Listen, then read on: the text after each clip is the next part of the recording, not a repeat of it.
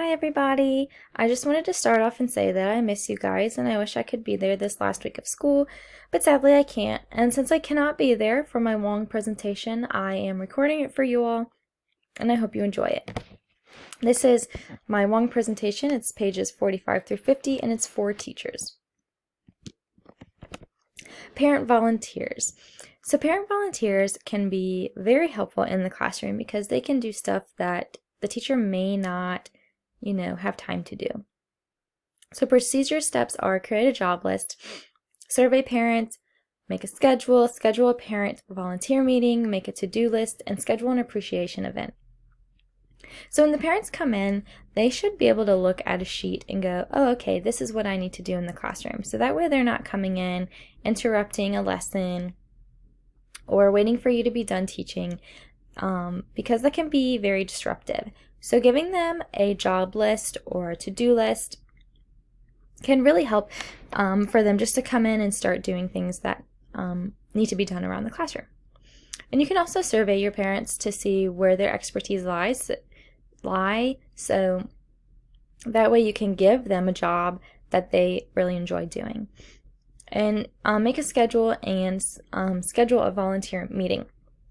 So you always want to make sure that you make a schedule. That way you know when parents are coming, who is coming, what time they're coming, what day they're coming, because you don't just want them to come randomly at any time of the day or any day of the week. You need to know for yourself. That way you can plan around it.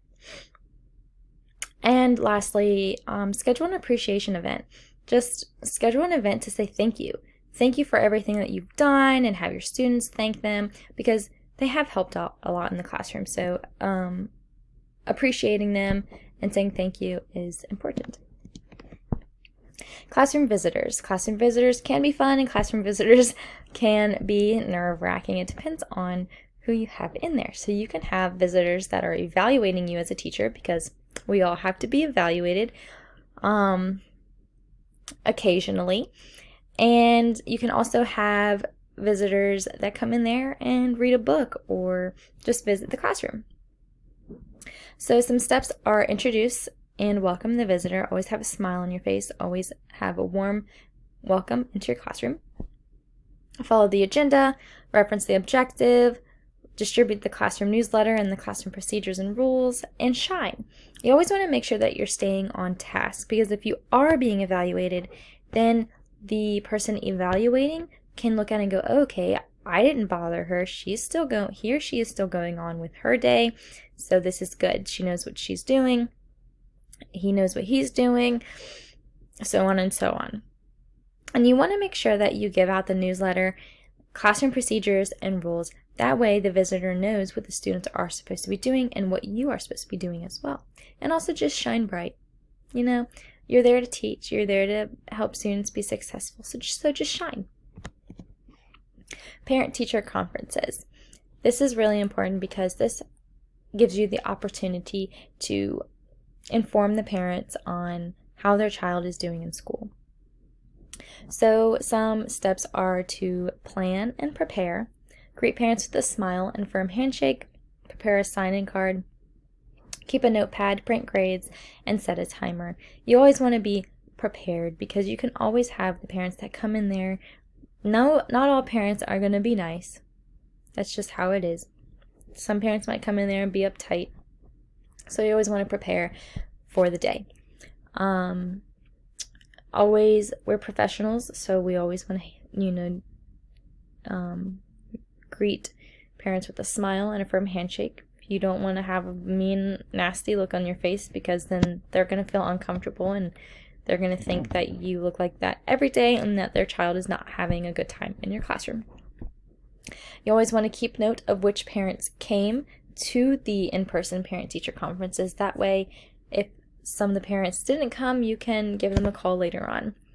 Keep a notepad, take notes, or even a notepad that has notes in it to let the parents know how their child is doing. Print grades so the parents know how well their child is doing or what they may need help in, and set a timer. A timer just keeps you on your toes and on your feet about when that parent-teacher conference starts and ends because you don't have time to sit there for 2 hours talking to one parent. You have to get through all the parents that are there. Back to school night. Back to school nights are fun. This is when parents and students get to meet you as their teacher, and you get to introduce yourself and tell them how the school year is going to be, and maybe explain a little bit of what you might do during the school year. So you always want to dress for success. Greet parents at the door, be prepared, create a list of talking points, provide contact information, share important information, ask for questions, and thank parents. These are just steps that you should follow for back to school night. We're professionals again, so we always want to dress for success. We want to show the parents that we are there to teach their children. And again, greet parents at the door. Don't have a look on your face that you really don't want to be there, because this is the job you chose, and you chose it for a reason. I know I chose it because I love children. I love seeing children succeed. So I will always have a smile on my face. Talk about some things that you might do during that school year. Give your contact information out so that way the parents can get a hold of you. And just thank the parents for coming, because it is important that they come. And it is nice that they took the time to come. Excuse me. Home and school connection. So you always want to have a connection not just in school, but also outside of school. So at home. So have a weekly classroom newsletter, a class website, email, voicemail, weekly reports, whatever is best for you in your classroom and for you and the parents. So you can always email the parents and let them know what's going on in class, what they're doing. A newsletter is great too, because that can have all of your objectives on it, what you're going to be doing for that week. That way the parents can follow it. And you also want to let the students know what's going on as well.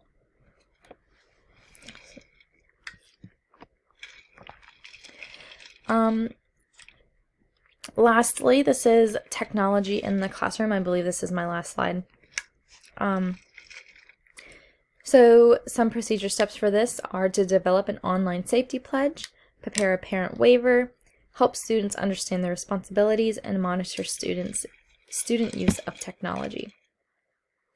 So you want to have a safety pledge in the classroom, because there are things most schools block. They should be blocking inappropriate sites or sites that students should not be going on while they're at school. But you still want to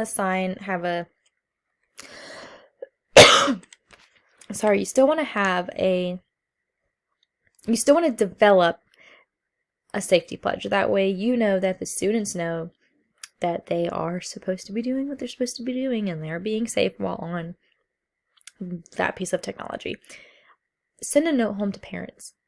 You want to know if the parents are also okay with their children using technology in school.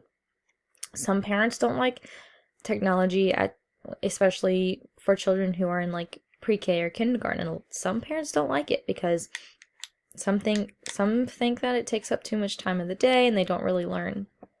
So make sure you get note of what parents are okay with it and who's not. Help students understand their responsibilities.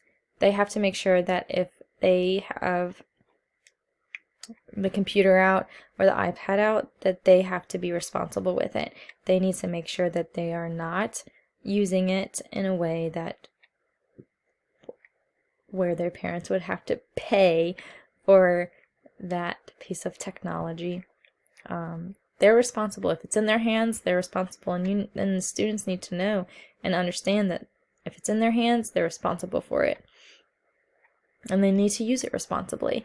And monitor students' use of technology. You don't want to always have your students on the laptop or on an iPad, because it can take away from the classroom, and it can take away from you teaching.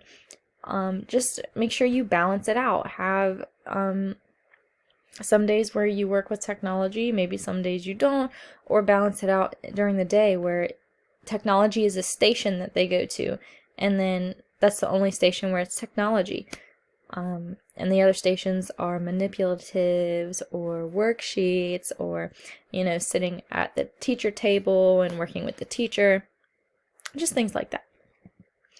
That's it. I hope you all enjoyed this video and my presentation, and I really miss you guys, and I hope you guys have a great rest of your week, and good luck on finals.